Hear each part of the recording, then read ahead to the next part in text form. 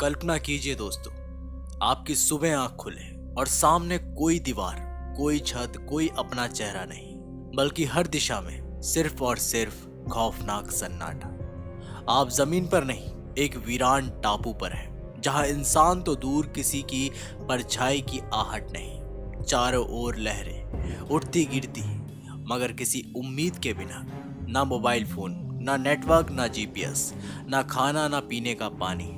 बस जंगल है, घना, रहस्यमय और डर से भरा। और समंदर है, शांत लेकिन भीतर खौलती हुई मौत। और सबसे डरावनी बात, ये कोई सपना नहीं, ये हकीकत है। और अब आपको इस खौफ के बीच एक दो दिन नहीं, पूरे 4 साल बिताने हैं, बिना किसी मदद, बिना किसी इंसानी आवाज के। सोचिए, जब अंधेरे में कोई पत्ता भी ना हिले, तो क्या वो हवा है या कोई छिपा हुआ शिकारी? जब भूख आपको चिल्लाने पर मजबूर करे और जवाब में सिर्फ अपनी ही चीख सुनाई दे। जब उम्मीद हर दिन टूटे और फिर भी जिंदा रहना पड़े, हर सांस के लिए लड़ना पड़े। आज हम 1 घंटे बिना इंटरनेट के बेचैन हो जाते हैं, तो सोचिए उस इंसान के बारे में जिसने 4 साल तक मौत को हर दिन देखा मगर हार नहीं मानी, जिसने अकेलेपन को साथी बनाया और अपने डर को अपने हथियार में बदला। उसका नाम था अलेक्जेंडर सिलकिर्क, एक स्कॉटिश नाविक जिसकी एक गलती या कहे एक झल्लाहट उसे फेंक देती है समंदर के बीचों बीच एक वीरान आइलैंड पर, जहां हर दिन हर रात एक जंग थी, भूख से, प्यास से, अकेलेपन से और अपने पागल हो जाने के डर से। लेकिन रुकिए, ये कहानी सिर्फ एक इंसान के सरवाइव करने की नहीं है। ये कहानी है इंसान की सीमित परिस्थितियों में आसीम साहस की, जहां उसने अपने लिए खुद खाना ढूंढा, जंगली बकरियों का शिकार किया, पत्थरों से आग जलाई, पेड़ों की छाल से कपड़े बनाए और जंगली बिल्लियों को दोस्त बना लिया ताकि पागलपन से खुद को बचा सके। सोचिए, हर रात अकेले उस घने जंगल में सोना, जहां हर पत्ता खटकता है जैसे मौत पास आ रही हो, हर परछाई डराती है जैसे कोई जानवर झपटने ही वाला हो। और फिर 4 साल बाद एक दिन समंदर की लहरों के पार एक जहाज दिखाई देता है। क्या ये उसकी मुक्ति थी या एक और धोखा? क्या वो सच में बच पाया या ये कहानी अधूरी रह गई?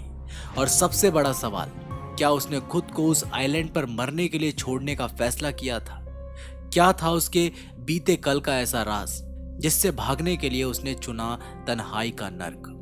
जानिए वो सच जो किसी किताब में पूरा नहीं लिखा गया। जानिए उस रात की सच्चाई जब उसे लगा कि अब जिंदगी खत्म। और जानिए वो पछतावा जो आज भी उस कहानी की सबसे दर्दनाक गूंज है। और हाँ, आपको जानकर हैरानी होगी, उसके जीवन की यही असल कहानी बनी दुनिया की सबसे मशहूर किताब रॉबिन्सन क्रूसो का आधार। तो अब एक आखिरी सवाल, अगर आप होते उस आइलैंड पर तो क्या 4 दिन भी जिंदा रह पाते? वीडियो को आखिरी तक जरूर देखिएगा, क्योंकि ये कहानी आपको सिर्फ रोमांचित नहीं करेगी, बल्कि आपके भीतर के डर और हिम्मत दोनों को जगा देगी। चलिए अब कहानी की तरफ बढ़ते हैं। साल था 1676। स्कॉटलैंड का एक छोटा सा गांव लोअर लार्गो समंदर के किनारे बसा, लेकिन सपनों से कोसों दूर। यहाँ पैदा हुआ एक लड़का, अलेक्जेंडर सिलकिर्क। ना कोई खास पहचान, ना कोई बड़ी विरासत, बस एक गरीब संघर्ष परिवार और पेट भरने जितनी उम्मीदें। लेकिन अलेक्जेंडर वो अलग था। शरारती था मगर होशियार था, तेज था मगर जिद्दी, और सबसे ज्यादा आजाद। उसे किसी का हुक्म सुनना पसंद नहीं था।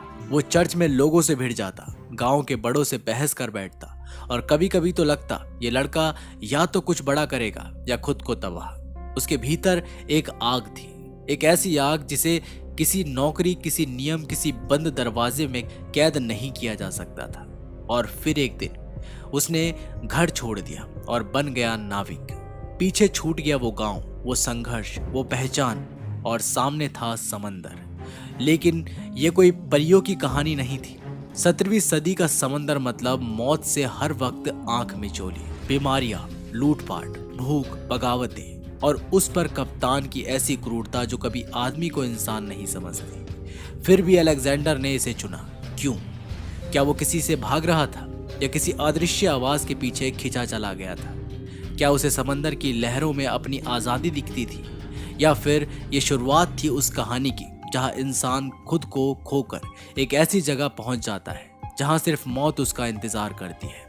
क्या वो तैयार था उस सफर के लिए, या समंदर ने पहले ही दिन तय कर लिया था कि इस लड़के को इतिहास बनाना है, लेकिन एक ऐसी कीमत पर जिसे सुनकर आपकी रूह कांप उठेगी? अलेक्जेंडर सेल्किर्क अब बन चुका था एक साहसी नाविक, और एक दिन उसे मिला एक मौका उस दौर के सबसे खतरनाक मिशन पर जाने का। जहाज का नाम था सिंके पोर्टर्स, एक इंग्लिश प्राइवेट शिप जिसे समंदर में छोड़ा गया था सिर्फ एक काम के लिए, स्पेनिश जहाजों को लूटना और जिंदगी से कीमती सोना छीन लाना। सुनने में रोमांचक लगता है ना, गोल्ड, एडवेंचर, समुद्र की लहरें और रफ्तार से भागता जहाज, लेकिन सच्चाई वो थी जो रूह कांपा दे। जहाज अंदर से सड़ रहा था, लकड़ियां चरमराने लगी थी, नाविक एक एक कर बीमार पड़ रहे थे और कप्तान कहता था, मर जाओगे तो नया भर्ती कर लूंगा, बस आगे बढ़ो। अब सोचिए, अगर आप ओला बुक करें और पता चले ड्राइवर नशे में है, ब्रेक नहीं है और गूगल मैप बोले go at your own risk, क्या आप उस गाड़ी में बैठेंगे? सेल्किर्क ने भी नहीं बैठा। उसने वही समंदर के बीचों बीच एक खौफनाक फैसला लिया, या तो जहाज सुधरे या मुझे यहीं छोड़ दो। और कप्तान ने हंसते हुए कहा, ठीक है, तू यहीं रह जा। अगले ही पल जहाज लहरों में गुम हो गया। पीछे रह गया सिर्फ अलेक्जेंडर और एक वीरान खौफनाक आइलैंड। कोई इंसान नहीं, कोई रास्ता नहीं, कोई उम्मीद नहीं। सेल्किर्क को लगा था शायद कुछ दिनों में कोई जहाज मुझे ले जाएगा, लेकिन वो नहीं जानता था अगले 4 साल तक कोई नहीं आएगा। अब कल्पना कीजिए, एक इंसान जो कल तक इंसानों के बीच था, आज एक ऐसे द्वीप पर है जहां सिर्फ जंगलों की आवाज है और उसकी अपनी धड़कनों की गूंज। न खाना, न कपड़े, न चाकू, न लाइटर, न कोई इंसानी छाया। पर अलेक्जेंडर टूटा नहीं।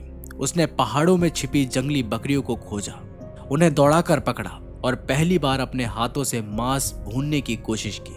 लेकिन आग कैसे जलाता, पत्थरों को रगड़ता, धुएं से चिंगारी निकलती और फिर जलती है पहली आग, जैसे किसी हिस्टोरिक आदि मानव की कहानी। लेकिन सबसे बड़ा डर भूख नहीं थी, सबसे बड़ी लड़ाई थी अकेलापन।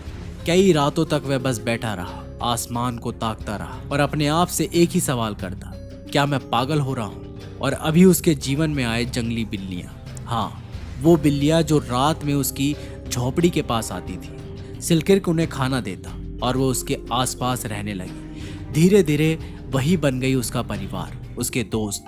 उन्होंने सिर्फ साथ नहीं दिया, बल्कि उसे चूहों से भी बचाया, जो अचानक बचा कुचा खाना खा जाते थे। दिन में वह शिकार करता, घास फूस के कपड़े बनाता, पेड़ों की छाल से झोपड़ी खड़ी करता और रात में अकेले बैठकर तारों की गिनती करता। हर दिन एक नई जंग थी, भूख के खिलाफ, डर के खिलाफ, पागलपन के खिलाफ और सबसे बड़ा डर, भुला दिए जाने का। क्या कोई कभी उसे ढूंढेगा? क्या वो दोबारा किसी इंसान की शक्ल देख पाएगा, या वह इतिहास के अंधेरे पन्नों में दफन होकर एक खामोश मौत मर जाएगा, बिल्कुल अकेला? लेकिन कहानी यहीं खत्म नहीं होती, क्योंकि असली ट्विस्ट तो अब आने वाला था। एक दिन जब सब कुछ पहले जैसा ही था, वही तन्हाई, वही इंतजार, अलेक्जेंडर रोज की तरह एक पहाड़ी पर बैठा था, समंदर की तरफ आंखें गड़ाए, उम्मीद के धागों से बंधा हुआ। शायद कोई जहाज दिखे, शायद कोई इंसान, शायद कोई उसे देख ले। और फिर उसकी आंखें चौंधिया गई। दूर समंदर की नीली चमक के बीच एक काली परछाई हिल रही थी, एक जहाज। उसके शरीर में जैसे बिजली दौड़ गई, सांसें तेज, दिल धड़कने लगा। उसने तुरंत आग जलाई, सूखी टहनियों से धुआं उठाया और चिल्लाने लगा। उसके पास ना झंडा था, ना सिग्नल लाइट, सिर्फ एक चीख और एक धुआं जो आसमान को चीरकर कह रहा था, मैं जिंदा हूं। लेकिन तभी अलेक्जेंडर की आंखों में आया एक सिहरन भर देने वाला सच। जहाज के ऊपर जो झंडा लहरा रहा था, वो था स्पेनिश झंडा। और तब उम्मीद की वो चमक अचानक बदल गई, एक खतरे में। याद रखिए, उस दौर में इंग्लैंड और स्पेन की दुश्मनी वैसी ही थी जैसे शेर और भेड़िए की, एक साथ नहीं रह सकते। और अलेक्जेंडर, वो स्कॉटलैंड से था, यानी इंग्लैंड का आदमी। और जो जहाज अब उसके सामने था, वो स्पेनिश समुद्री लुटेरों का। अब सवाल ये नहीं था कि मदद मिलेगी या नहीं, अब सवाल ये था जिंदा बचूंगा या मारा जाऊंगा। अगर वो दिख गया तो या तो उसे गुलाम बना लिया जाएगा या तुरंत गोली मार दी जाएगी। दुश्मन समझकर सिलकिर्क के दिमाग ने एक पल में फैसला कर लिया, भागो। वो जंगल की तरफ दौड़ा, पत्थरों के पीछे छुप गया। सांसें थम सी गई, हर पत्ता, हर आवाज अब मौत जैसी लग रही थी। वो जहाज किनारे तक आया, कई घंटे वहीं रुका, जैसे किसी छिपे हुए शिकारी की तलाश कर रहा हो। लेकिन अलेक्जेंडर ने खुद को जमीन में गड़ा लिया, क्योंकि अब एक गलती मतलब सीधा अंत। और फिर शाम ढलते ही वो जहाज चला गया। बच गया अलेक्जेंडर, लेकिन कुछ टूट गया उसके अंदर। अब उसे समझ आ गया था कि हर लहर राहत नहीं लाती, कुछ जहाज मौत लेकर भी आते हैं। अब उसके अंदर सिर्फ अकेलापन नहीं था, अब डर भी घर कर चुका था। अब उसे ना सिर्फ जीना था बल्कि सोच समझ कर जीना था। अब उम्मीद भी खतरा बन चुकी थी और जिंदगी एक नई परीक्षा। लेकिन यही नहीं था अंत, क्योंकि एक दिन फिर कोई जहाज आएगा, एक सही जहाज। दिन गुजरते गए, हफ्ते, महीने और फिर साल। अब अलेक्जेंडर सिर्फ एक इंसान नहीं था, वो अब इस आइलैंड का हिस्सा बन चुका था।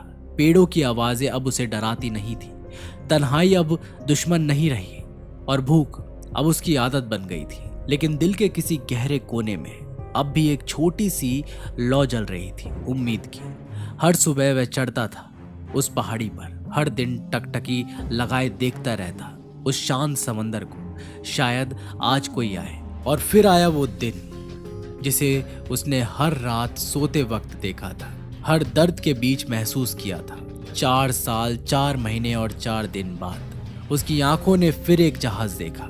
लेकिन इस बार ये कोई दुश्मन नहीं था, ये था ब्रिटिश रॉयल नेवी का जहाज ड्यूक।